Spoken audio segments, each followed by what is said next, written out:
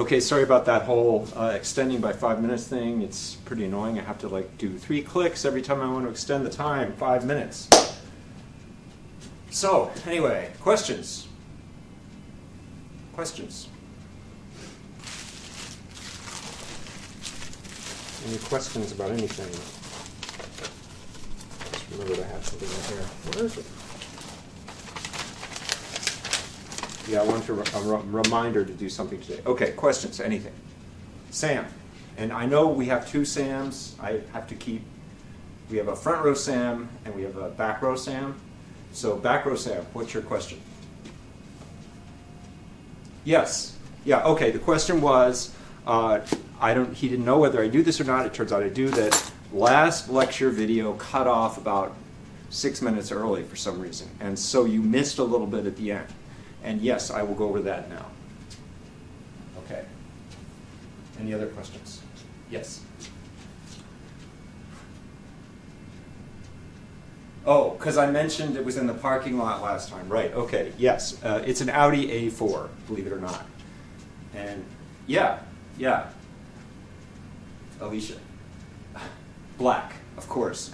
Anyway, I got it like a year ago, literally like March 22nd, 2019, so it's almost exactly a year ago this week. But anyway, it's already got it's only got about, I don't know, 16,000 miles, something like that. Anyway, all right, so let's get to it. Remember, at the very end of class last time, this is the part that got cut off. We were talking about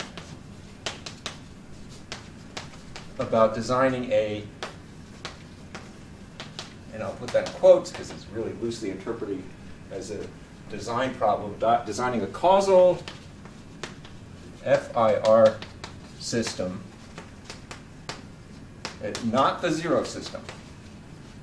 That's the trivial answer. To kill or annihilate, I was using annihilate last time, but easier to write kill exactly L frequencies. So let's call them omega 1, omega 2, hat, etc., up through omega L hat. In other words, I want the system to be such that if I put a pure sinusoid of any of these frequencies through the system, I get the zero signal out. And our solution to that problem was to cascade L individual systems, each designed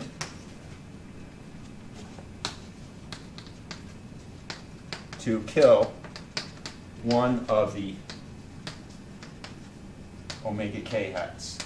And because frequency responses of cascaded systems multiply with each other, what that means is that if I put any of these frequencies through this system, because one of the factors in that product kills that frequency, the whole system will kill that frequency. Now, each of these systems, the kth such system,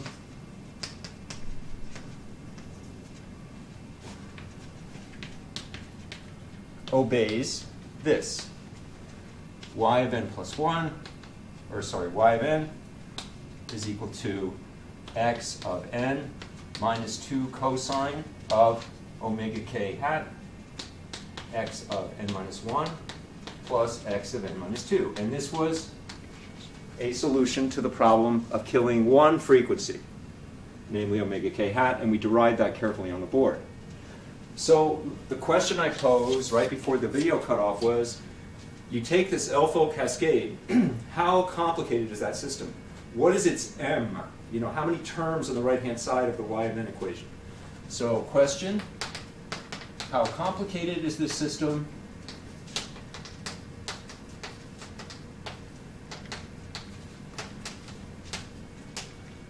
So how complicated is this cascading setup? That is to say, if we write its I-O relationship as follows: y of n equals sum from k equals 0 to cap m, bk x of n minus k, comma, what is n? Well, you know that when you cascade systems, you convolve their impulse responses. And you know that when you take two finite duration signals and convolve them, the duration intervals kind of add together, sort of. So you're always getting longer and longer signals as you convolve a bunch of factors that have, say, length 3 in this case. And as it happens, it turns out, so answer to that question, it turns out that it's equal to exactly 2L. Okay, now you can prove that in any number of ways. Later on, you're going to be able to prove it using things like Z transforms and stuff like that. But it's pretty easy to calculate. So the intuition is as follows. You cascade systems that corresponds with convolving impulse responses, and convolving two signals of length 3 gives you a signal longer than length 3, so convolving finite duration signals yields a signal in general, not always, but in general, a signal with longer duration than either of the two signals you're convolving together. And oh, let's make up a word. What do we call the two signals? Either convolvent. How about that? Convolvent. And so what happens here is you're taking a bunch of systems that look like that one at the bottom of the left-hand board, have 3 terms in them. You're convolving the impulse responses together. You're getting longer and longer signals. And as it happens, you end up with 2L. You end up with 2L. Okay, so that's pretty much the end of what I want to talk about, at least in lecture, from Chapter 6. And now I want to move on to Chapter 7. And as I mentioned the last time, I'm skipping a couple of things from Chapter 6.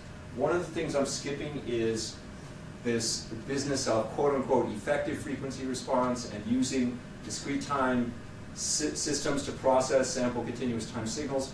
I don't like the way the book does that particularly, so I'm going to write it up in a handout, and I'm going to give you that.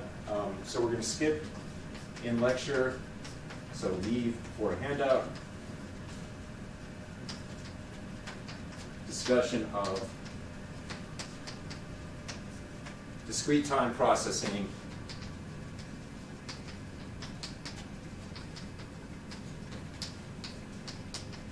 of continuous time, or of sample continuous time signals.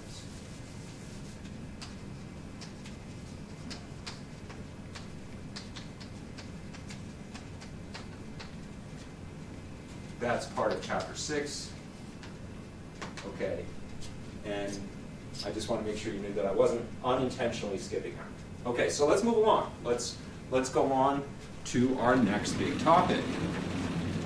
And this is the focus of Chapter 7 in the book. And it's a really important thing. I mean, I'm always saying that, you know. I mean, you must get sick of me saying that such and such is a really important thing, but honestly, just about everything we do this semester is really important. So here's yet another such thing. So next big topic is the discrete time Fourier transform. And uniformly, people abbreviate that Dtft, the Dtft. And later in the class, we're going to talk about something called the discrete Fourier transform, which is just Dft. And that's closely related to this Dtft, but it's not the same thing. All right, so we have already seen an example of the discrete time Fourier transform, it turns out. So it turns out we've seen already an example of a Dtft. What is it? it turns out that if you have a causal FIR system with the impulse response h of n and frequency response h hat of omega hat, then h hat of omega hat is the Dtft of h of n, and h of n is the inverse Dtft of h hat of omega hat. So, how does this go? If h of n is the impulse response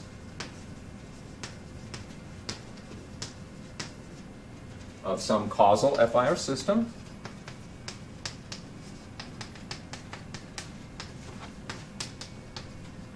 and h hat of omega is the system's frequency response, h hat of omega hat is the system's frequency response,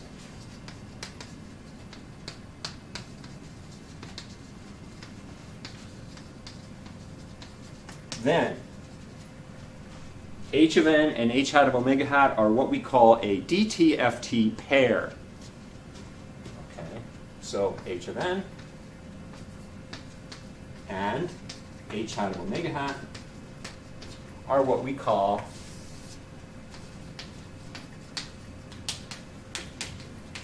Dtft pair. Okay. We have equations that relate h of n and h hat of omega hat.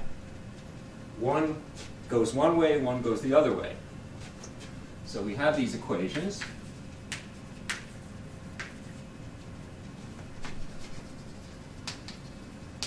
Relating these two guys.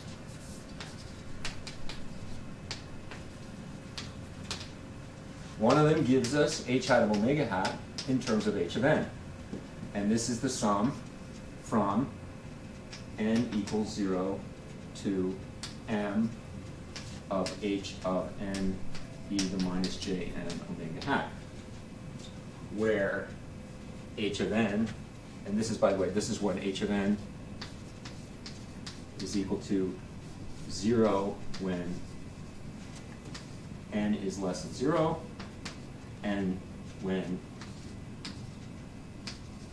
n is bigger than m, and whatever else otherwise. So the duration interval of the impulse response of the causal FIR system we're talking about sits on the interval 0 through m. And the other relationship was this: h of n equals 1 over 2 pi, integral from minus pi to pi, h hat of omega hat, e to the positive j n omega hat, d omega hat. And we've made some observations that h hat of omega hat is 2 pi periodic in omega hat, it's conjugate symmetric when h of n is real, and blah, blah, blah, blah, blah. Both of these equations hold rigorously. This is a finite sum. This one, easy to prove using Fourier series type math. We can generalize these equations to cover a much broader class of signals. So how do we generalize these equations? How to extend this Dtft idea / math to broader classes of signals, a broader class of signals.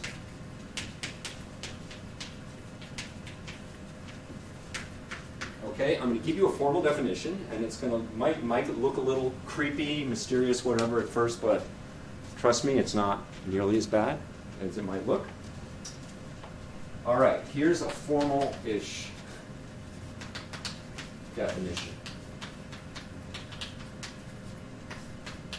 Okay, we say that a discrete time signal x of n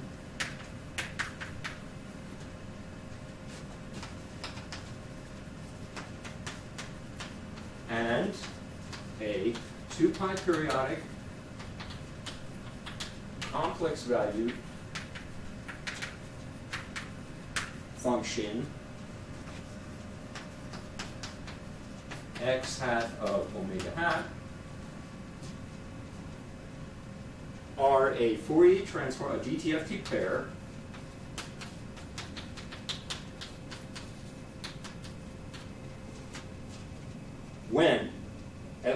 one of the following two equations holds. And sometimes one holds, the other doesn't, and we'll get more into that.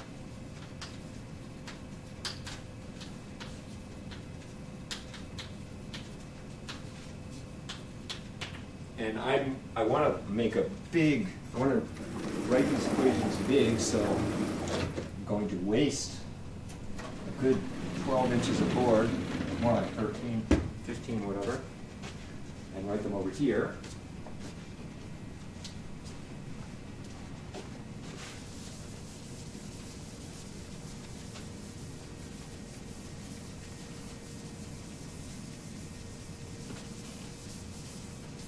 Okay, one of the equations gives x hat of omega hat in terms of x of n. And it's this, the sum from n equals minus infinity to infinity of x of n e to the minus j n omega hat. The other one gives x of n in terms of x hat of omega hat. 1 over 2 pi. Integral from minus pi to pi, x hat of omega hat e to the positive j n omega hat d omega hat. Now, it's pretty clear that these two equations generalize the ones we had up there for h of n and h hat of omega hat, right? Like if you just use h of n for a causal FIR system as your x here, you'll get the same thing. You get h hat of omega hat. This sum reduces to a sum from n equals 0 to cap m because of the way h is. This equation is just the same. So these obviously generalize the relationships we have for the h. We have names for these equations that we like. Well, the book likes to call them these names. I'll step aside, I won't judge the book. Okay, so we call this one, what do we call this one? We call this the analysis equation. And we call this the synthesis equation. Why do we call them that? Why do we call them that? Well, I'll get more into this later on, but for now, here's the intuition. Remember when we saw those words before? Does anyone remember when we saw analysis and synthesis equations before? Nick? Yes, when we were talking about Fourier series. We had the analysis equation gave us the Fourier series coefficients given the signal, continuous time signal, periodic signal. The synthesis equations gave us the signal back from the Fourier series coefficients. So if you think of the Dtft as kind of like an analog, a discrete-time analog, what would that be? A digitog, okay, of the Fourier series coefficients.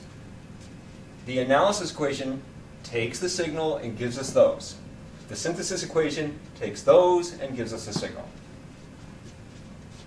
So that's one kind of touchstone with stuff we talked about earlier. But I'll have more to say about this later when we talk about why we think of this thing, x hat of omega hat, as some kind of representation of the spectrum or frequency content of x of n.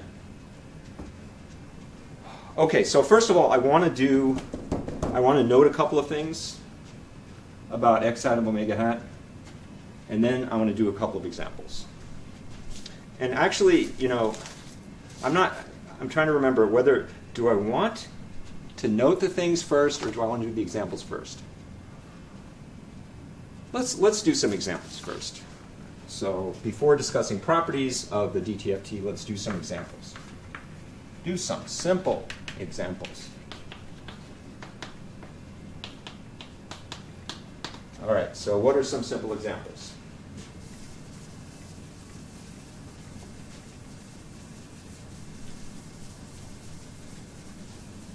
How about the zero signal? So x of n equals the zero signal. If I plug that into the analysis equation, I get x hat of omega hat equals the zero function of omega hat.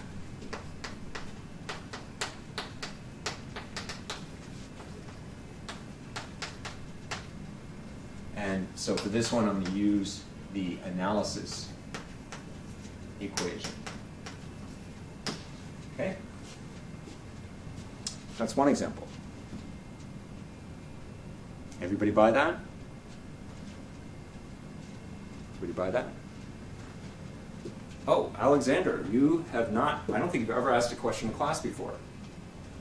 And I've been trying, actually, don't worry, I've been trying to figure out the pronunciation of your last name because I'm assuming it's Croatian or Serbian or something like that. I know one of those is an insult to you probably, but anyway, you can talk to me after class. So what's the question? Oh, that's a really good question. What do you mean by at least one of these two equations hold, and then you just go and use one of them here? Well, what I mean is, it turns out that signals and their DTFTs, you can't, in general, implement both equations.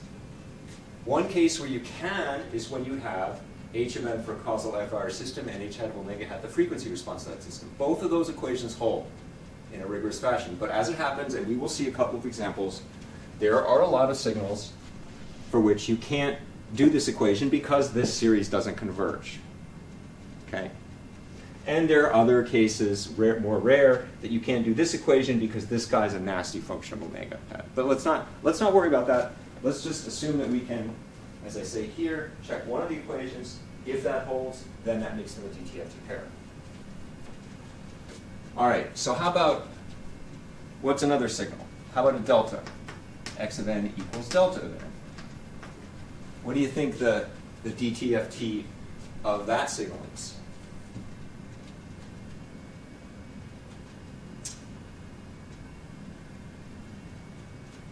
Okay. If someone comes up to you on Ho Plaza and gives you a signal that's really simple, and you have at hand these two equations here, and the x of n is really simple, what are you going to do? Are you going to plug it into one of those equations? Front row, Sam. Yes. Yes, you plug it into the analysis equation, and what do you get? X hat of omega hat equals, you want to finish the job? Okay, critique, what do you get? Yes, 1 for all omega. All omega hat. You just plug into the analysis equation. Everybody see that? If I plug a delta in, let's do it. Let's do it. X hat of omega hat is equal to the sum from n equals minus infinity to infinity of delta of n e to the minus j n omega hat, because x of n is delta of n. Delta of n is non-zero only at n equals 0, where it's equal to 1.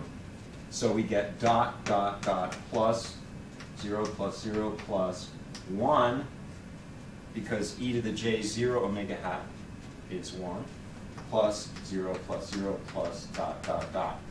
And that equals 1 for all of them.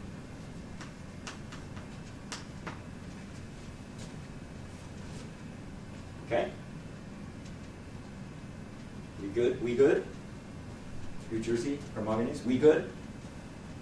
I hope you had a good drive home last week after I saw you outside of, what was it, Plumtree? Okay, anyway. So there we go. So those are a couple of reasons. How about a shifted delta? How about a shifted delta? How about x of n equals, say, delta of n minus n0 for all n? What is the DTFT of that signal? I'm not expecting you to guess this one. It turns out to be this.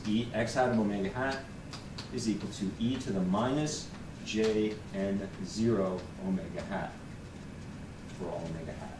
Now, why is that the case? Let's plug in the shifted delta into, or plug the shifted delta into the analysis equation. So we apply the analysis equation.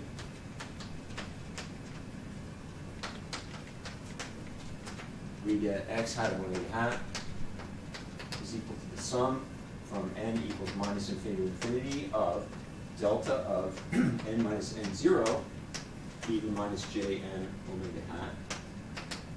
And the analysis we did for the plain old unshifted delta works nicely here, except the one non-zero term happens not at n equals 0, but at n equals n0. So we get dot, dot, dot, plus 0 plus e to the minus j n0 omega hat plus 0 plus dot, dot, dot. And that's equal to e to the minus j n0 omega hat for all omega. Okay, so that's a shifted delta. Are these examples working out for you so far?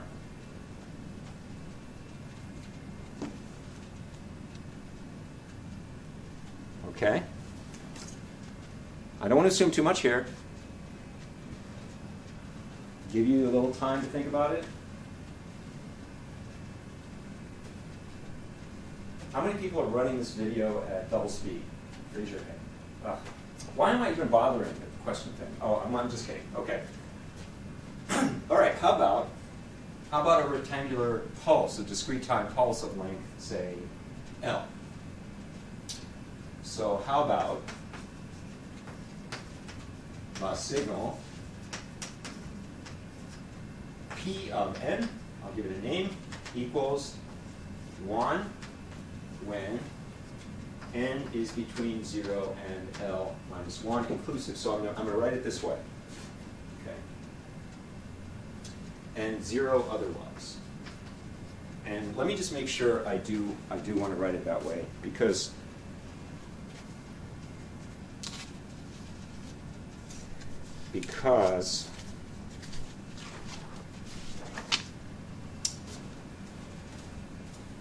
see, this is where I really wish I knew how to pause the video, because I could pretend, like I said last time, so I'm going to go get a drink of water instead of look at my notes-ish kind of thing here. Just want to get the formula to come out the way I want it to. Pretty way.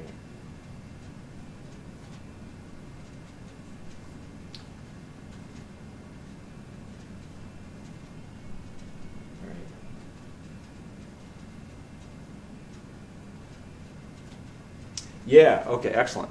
This is the way I want to do it. Now, so in Python, right, this would be like 0 colon L, got it? You know what I'm talking about, right? Or no, that's MATLAB. Anyway, maybe it's Python too.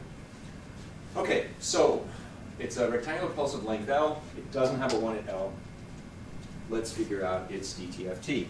Now, this computation is going to give you a little deja vu, perhaps, because, well, it looks like something we've done before.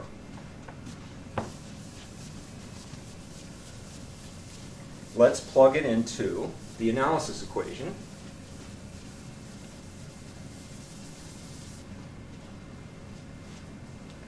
Sleeve problem. So plug into analysis equation. What happens? We get P hat of omega hat, remember because I gave this guy a name, P of n, equals the sum from n equals minus infinity to infinity of P of n e to the minus j n omega hat. And by definition of P of n, this is just the sum from n equals 0 to L minus 1 of e to the minus j n omega hat. Because the only non-zero terms in P of n are between 0 and L minus 1, inclusive, and all of those are 1s. Okay? Now, you've seen something that looks like this before, right? When we were computing the frequency response of the L-fold running summer, we had exactly this, right? And how do we figure that out? What trick from math did we use to figure this out? Does anyone recall? Yes, the partial geometric series. So this is like computing the frequency response of an L-fold running, and I'm going to really be careful to spell this word, N-N-I-N-G summer. Okay? And we did this using the partial geometric series, and we got 1 minus e to the minus j L omega hat over 1 minus e to the minus j omega hat. So this is by the partial geometric series. And then we did our tricky standard manip of this.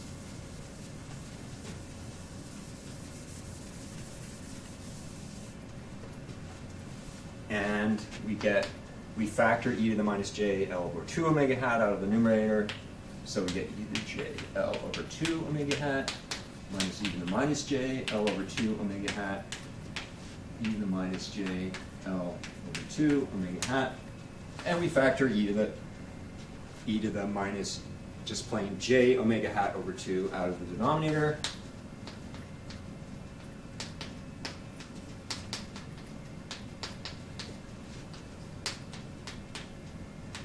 And we end up with sine of L omega hat over 2 divided by sine of omega hat over 2 times e to the minus j L minus 1 over 2 omega hat. And we have a name for this strange real valued function multiplying the e thing. P hat of omega hat, what we're looking for, equals dl, the Dirichlet thing, of omega hat, e to the minus j L minus 1 over 2 omega hat. So that's another example of a Dtft.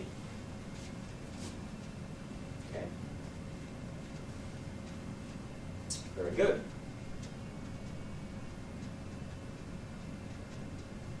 So far so good. On the same page, on the same board panel.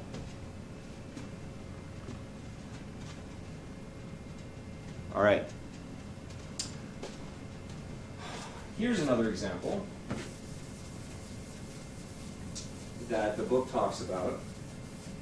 And this comes up sometimes, but how about x of n?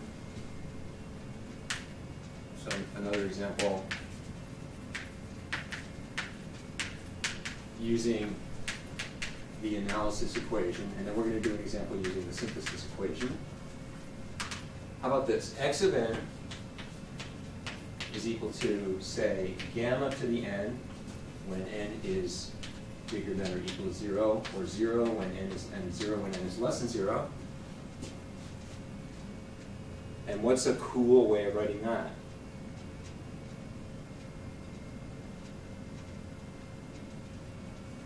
All right, whatever. It's the same as gamma to the n times a unit step. Okay, so what if x of n is that? It turns out that when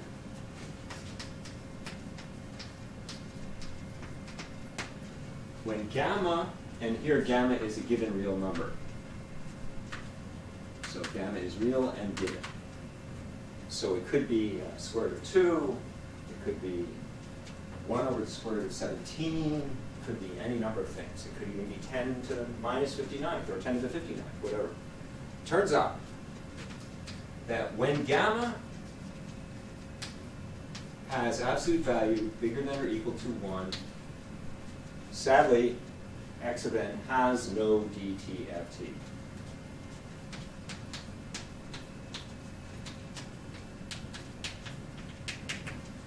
So that's our first example of a pretty easy to write signal that doesn't have a Dtft. So Dtfts are not uniformly, they're not universal. There are only certain signals have them. But it turns out a wide enough class of signals to be really useful. When gamma is less than 1 in absolute value, you compute x hat of omega hat using the analysis equation, and the analysis equation turns into a full geometric series. So analysis equation turns into a non-partial, or whatever, a full geometric series as follows.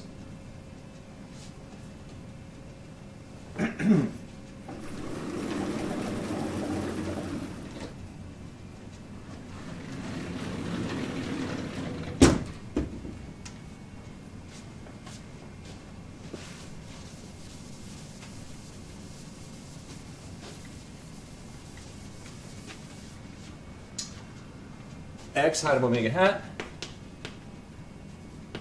equals sum from n equals 0 to infinity, x of n e to the minus j n omega hat. What is x of n? X of n is gamma to the n times u of n. It's gamma to the n when n is bigger than or equals 0, 0 when n is less than 0. Actually, this original sum is minus infinity to infinity. Minus infinity, very important. I'll pause. I'll pause so you can soak that in. Made a board correction that you have to see. Very important. So I can talk to myself.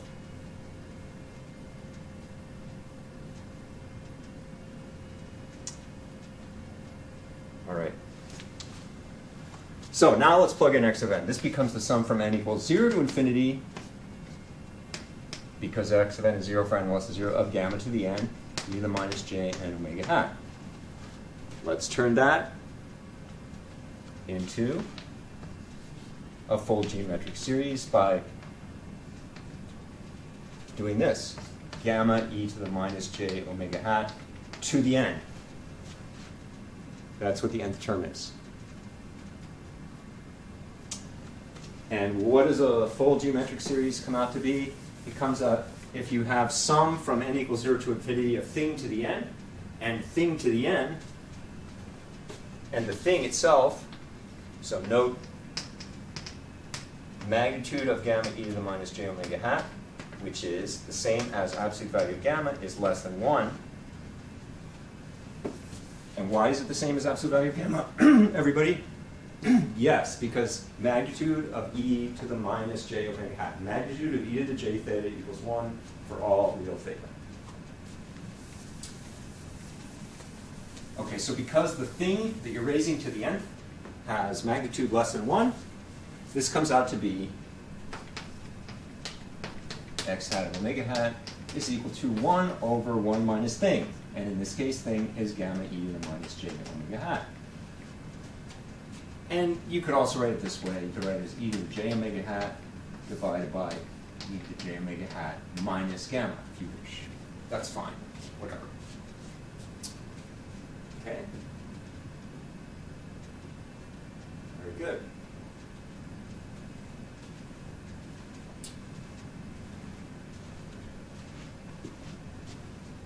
All right. So that's another example. Now, I told you we're going to do one example where you use the synthesis equation. So what's that example going to be? That's an example. I'm going to start with an x hat of omega hat. I'm going to find the x of n that goes with it. Okay? So here's one final important example. I don't even have to say important anymore. So this is using synthesis equation.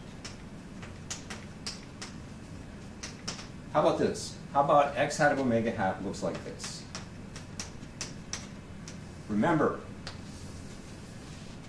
part of the definition of the Dtft is that it's a 2-pi periodic function of omega hat.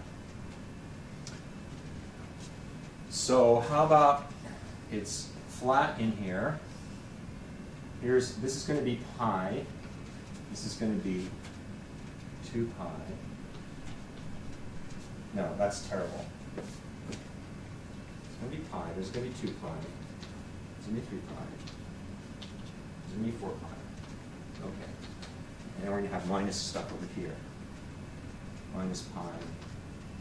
Minus 2 pi. Ugh. Why can't I even draw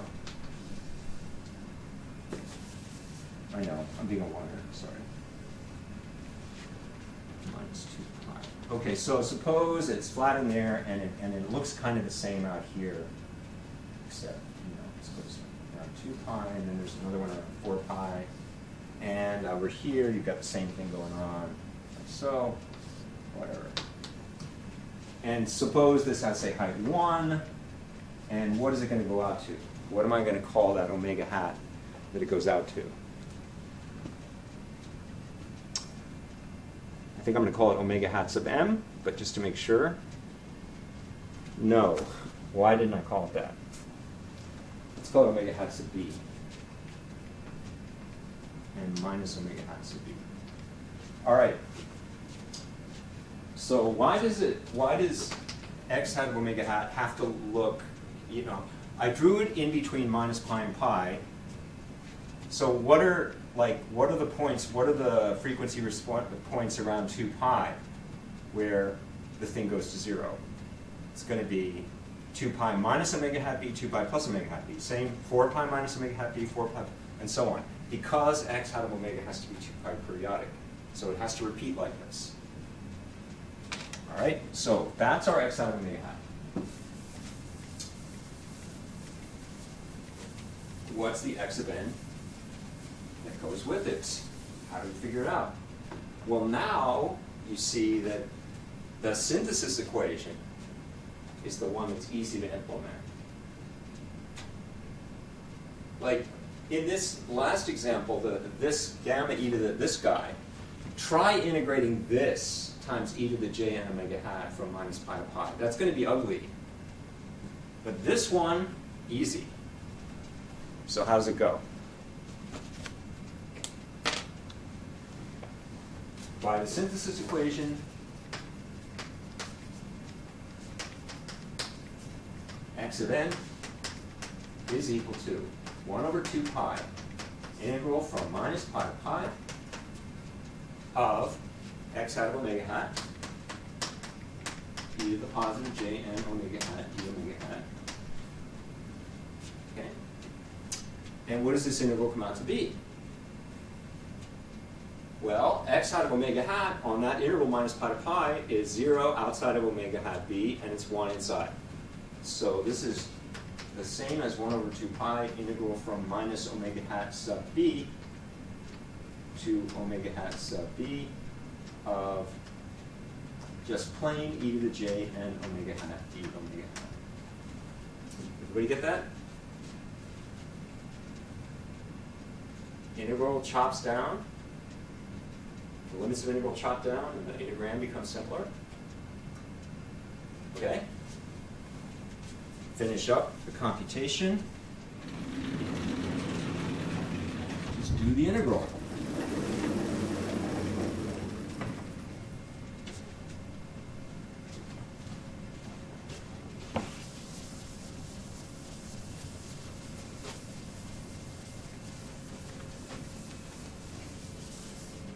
Do the integral. So what is that integral? It's going to be equal to 1 over 2 pi jn times e to the positive jn omega hat evaluated between omega hat equals omega hat b and omega hat equals omega minus omega hat b here and positive omega hat b up there.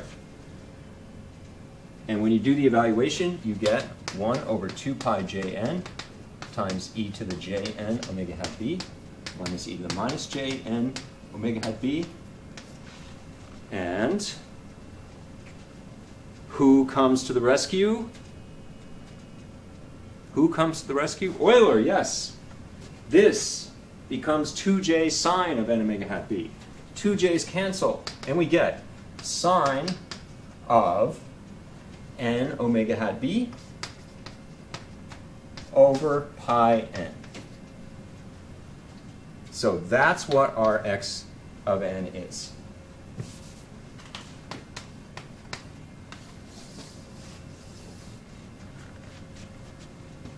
All right? Now this is a discrete time sinc function, right? So this is x of n is a discrete-time sync function type thing. And the only reason I say sync function type thing rather than sync function is because somebody's going to come and say, well, MATLAB defines sync as this, and yours has an extra factor of blah. Okay. It's always the same form. It's sine of n something over n, over something times n. That's a sync function. Now, you might notice something here. You might something going on here, like maybe not. Between the two examples, the P example, the P of n example, the one that was like, it came out to be this, and the example where you had this x out of omega hat that we just dealt with. And that is, it's an instantiation of what people call duality for DTFTs. Now, I'm not going to get formal about this, but I want you to note something. So, compare these two examples.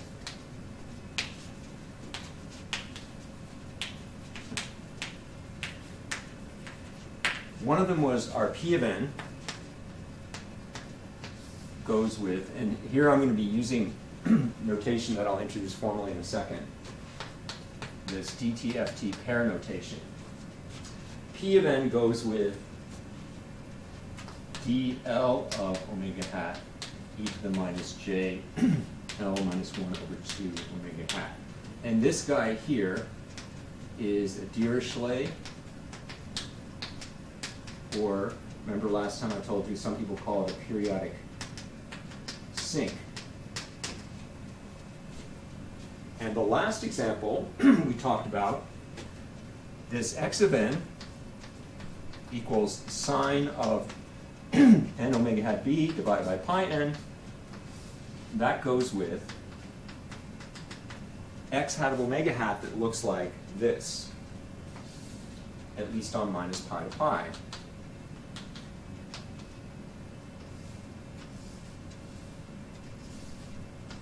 So it's type 1, it goes out to plus or minus omega hat b.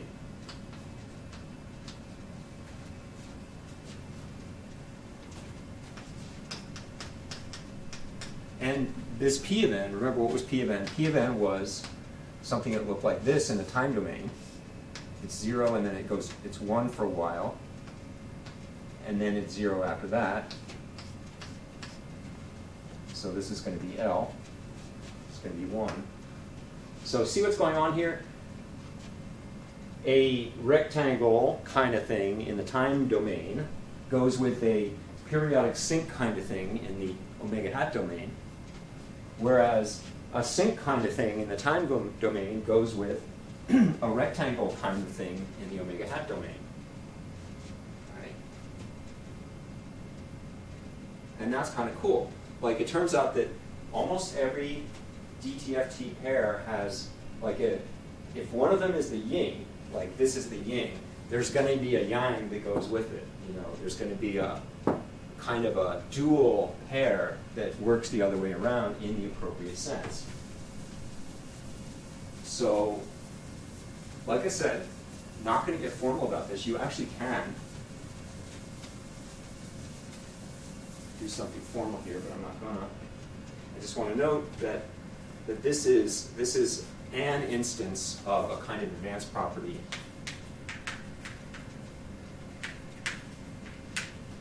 called duality.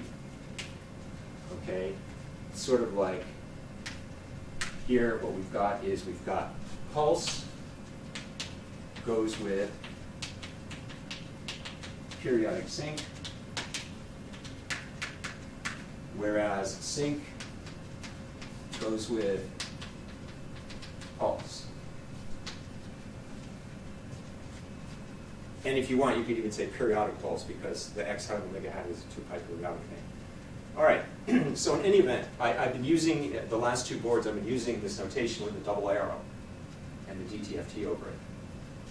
And that's a standard thing to do. Okay, so note this notation we've just introduced.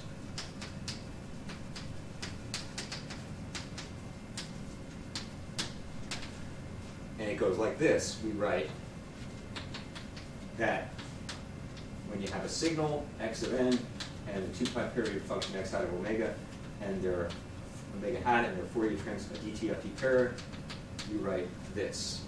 Signal, double arrow, x hat of omega hat.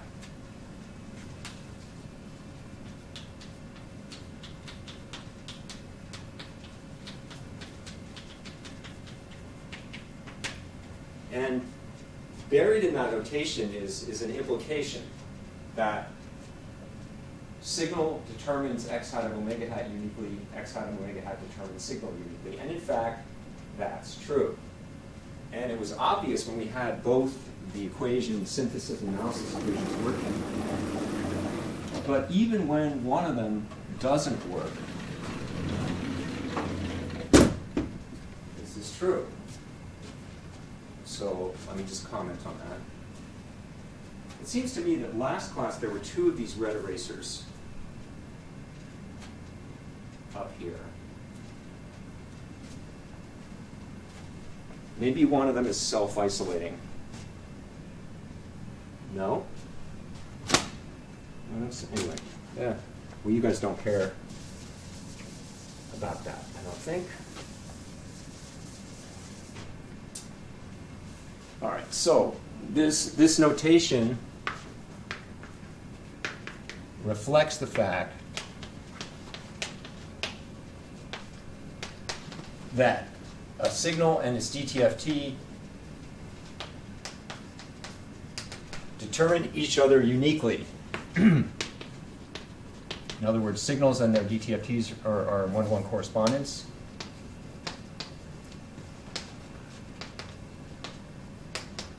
Even when one of the 2 equations, the analysis equation or the synthesis equation, fails.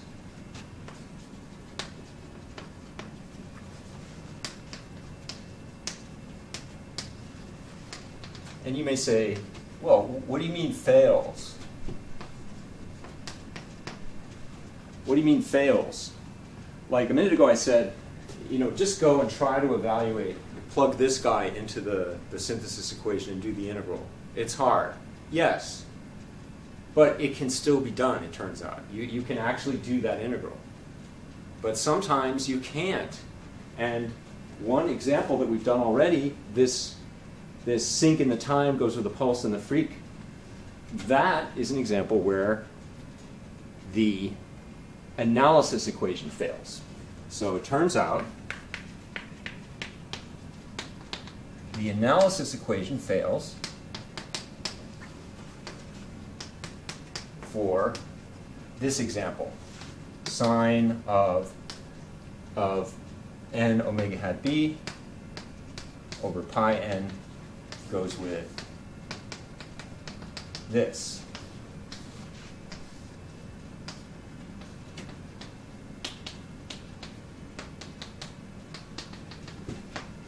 Okay, the analysis equation fails. Why? Why does it fail? Let me explain. Oh, here's the other eraser.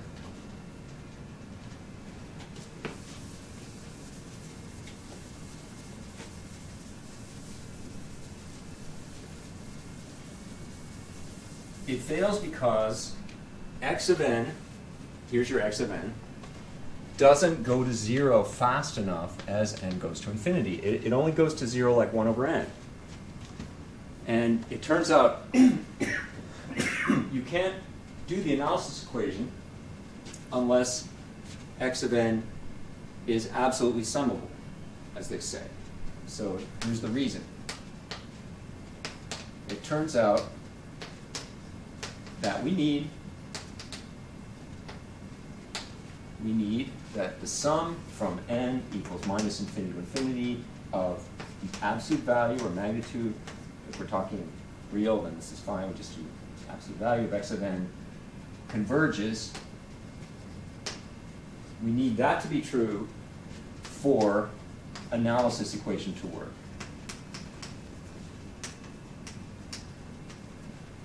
Okay, and this condition on x of n is called absolute summability, or an L1 condition.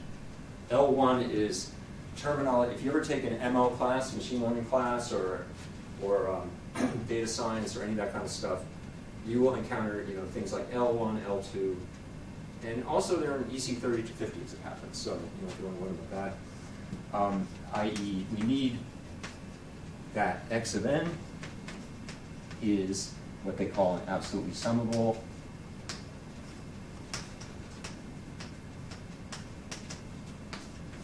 or alternatively an L1 dash signal.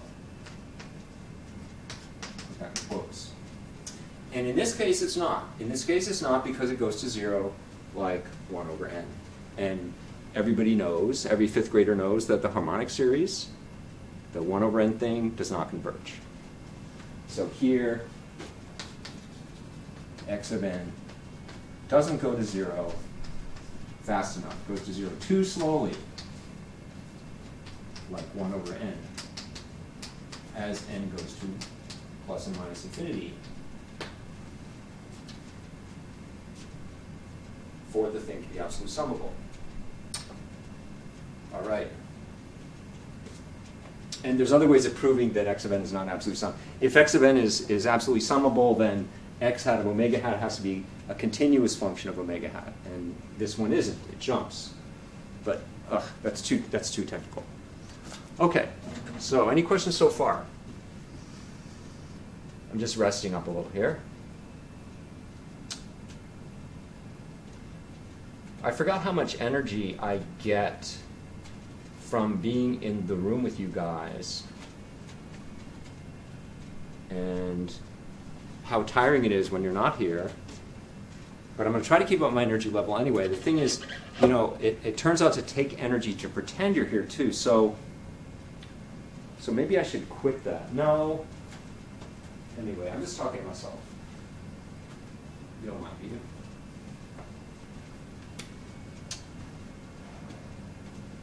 All right, so what are some properties, some general properties of the Dtft?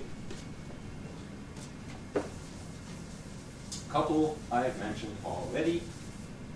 One of them is almost part of the definition. So here are some properties and also some what we call operational rules.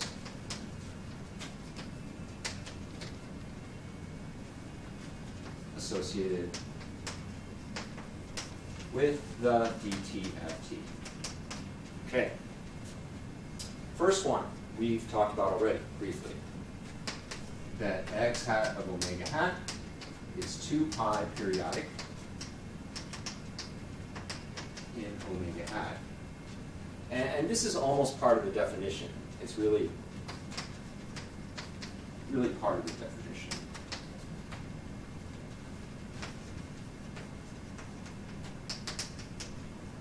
Okay. Second property is this conjugate symmetry. I mentioned that earlier. X hat of omega hat is conjugate symmetric when the signal x of n that you're working with is real.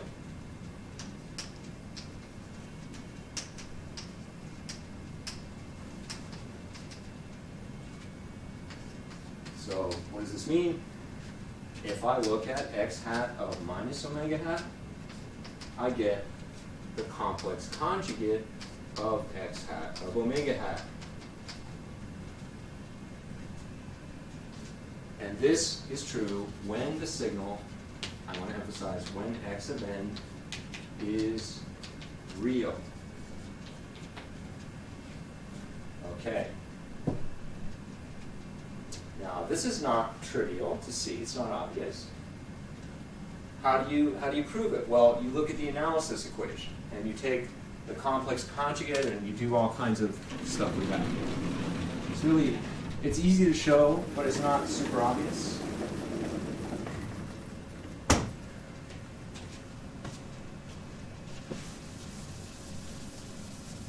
And at base, it just amounts to the same argument we made for the frequency response of a causal FIR system with real coefficients to be conjugate symmetric. So this follows directly from the analysis equation.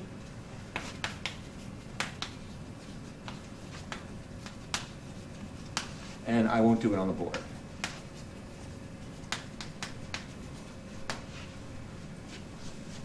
All right, so another property, linearity. How does this go? Suppose you have two signals.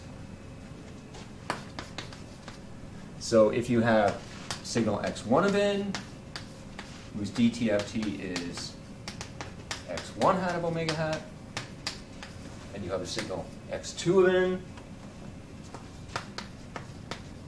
whose Dtft is x2 hat of omega hat, then for any constants, C1 and C2,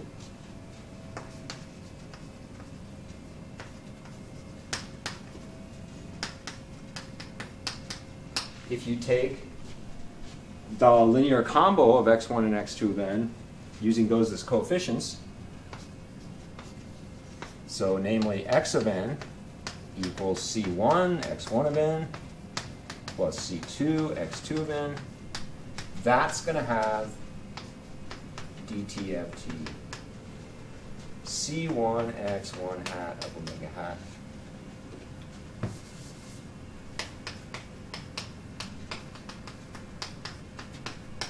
plus c2 x2 hat of omega hat. Same linear combo, but now of the Dtfts instead of the signals. And there is a subtlety going on here that there's some buried junk here that I'm not revealing to you. And okay, this is something I always have to tell my class. Okay, now listen. This is true. I will never lie to you. I'll never lie to you. However, sometimes the whole truth is just too hard, and so I won't tell you the whole truth. However, in that event that I don't tell you the whole truth, I will tell you that I'm not telling you the whole truth. Got it? So I won't ever fake you out and pretend I'm telling the whole truth when I'm not. Now, I'm not telling the whole truth about this because, like, for example, what if the analysis equation works for x1 of n and the synthesis equation doesn't, whereas for x2 of n, the synthesis equation works and the analysis equation doesn't? Then does either equation work for either of these for this linear combo? No, it doesn't. But I'm just not going to go there, and I'm not going to worry about that detail. Okay. Just think about linearity as a given for this, for the Dtft. Okay. Fair enough. I'm not telling you the whole truth.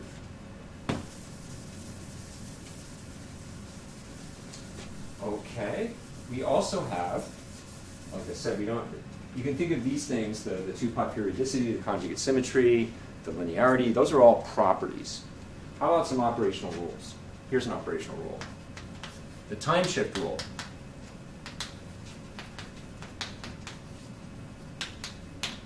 Time shift rule.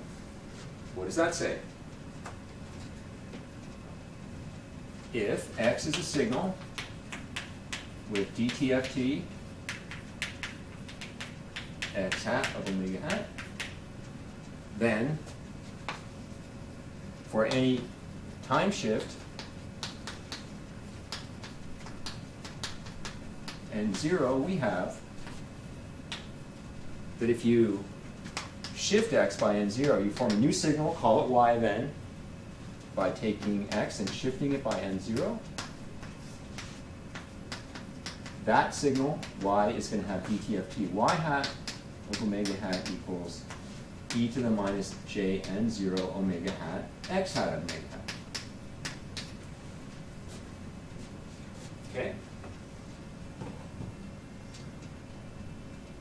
Now we saw this, this came up earlier actually. An instantiation of this rule came up earlier. When we talked about the examples at the beginning of class, we had a delta and we had a shifted delta. The delta had Dtft flat 1 for all omega hat. The shifted delta had Dtft this times 1. Okay, so that's an example. We've already seen an example of this time shift rule. And why does it hold in general? You can prove it using either the analysis or the synthesis equation. Let's use the synthesis equation. So to see y, suppose the synthesis equation, synthesis equation holds for x of n. So what do we have? We have x of n equals 1 over 2 pi, integral minus pi to pi, x hat of omega hat, e to the positive j n omega hat d omega hat.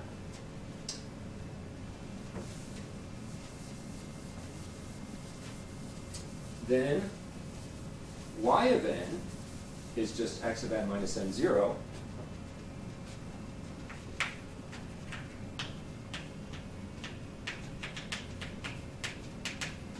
And how do we get x of n minus n0? We plug in n minus n0 everywhere we see n. So on the right-hand side, we get this.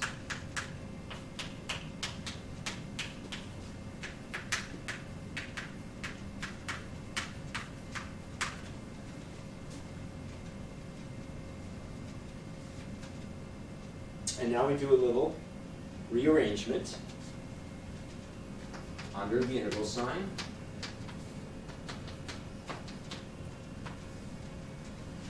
I factor e to the minus j n 0 omega hat out of here and group that with the x hat of omega hat.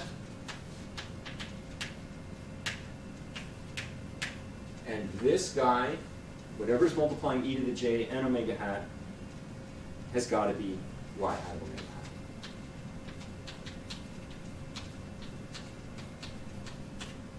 Because this equation here is simply the synthesis equation for y of n. Okay? Good. All right, and do I want to do the frequency shift rule now, or do I want to save that up?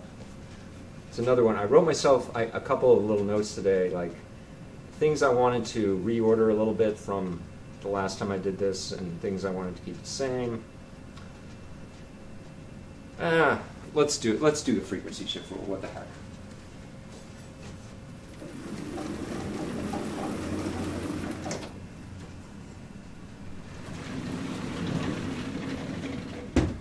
And then I'll give you a preview of coming attractions.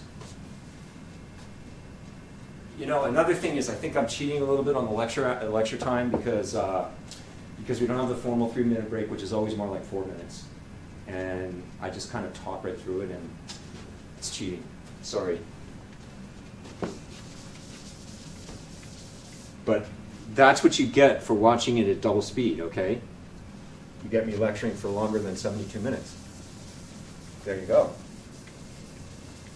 Actually, Dave Albanese told me that that 1.5 speed is how he likes to watch other people's lectures. So, anyway.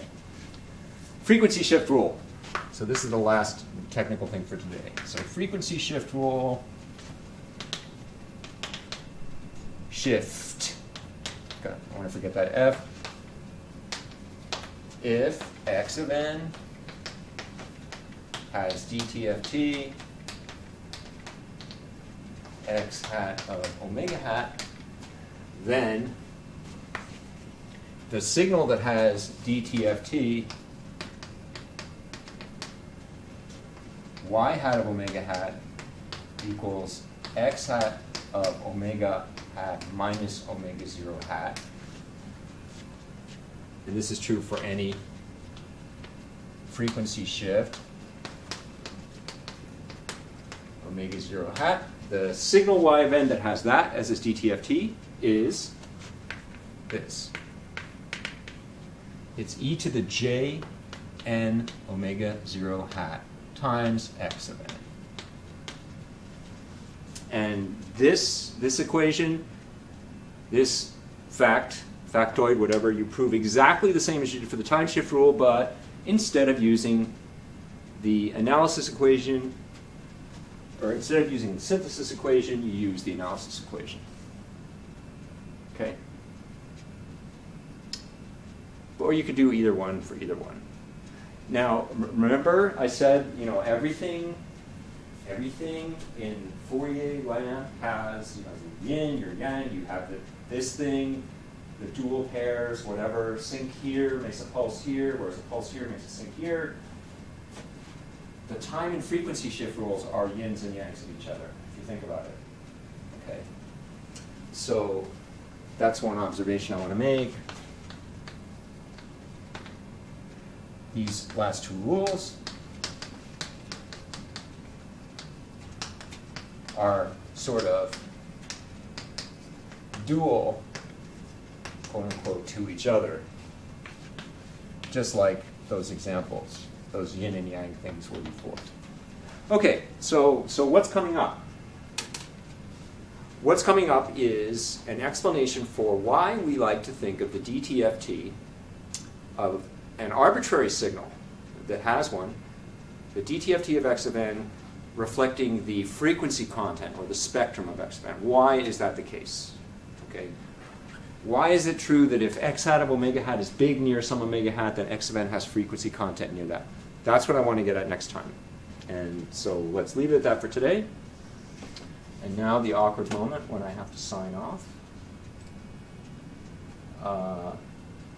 Oh, it looks like it cut me off early again. That pretty much sucks, eh?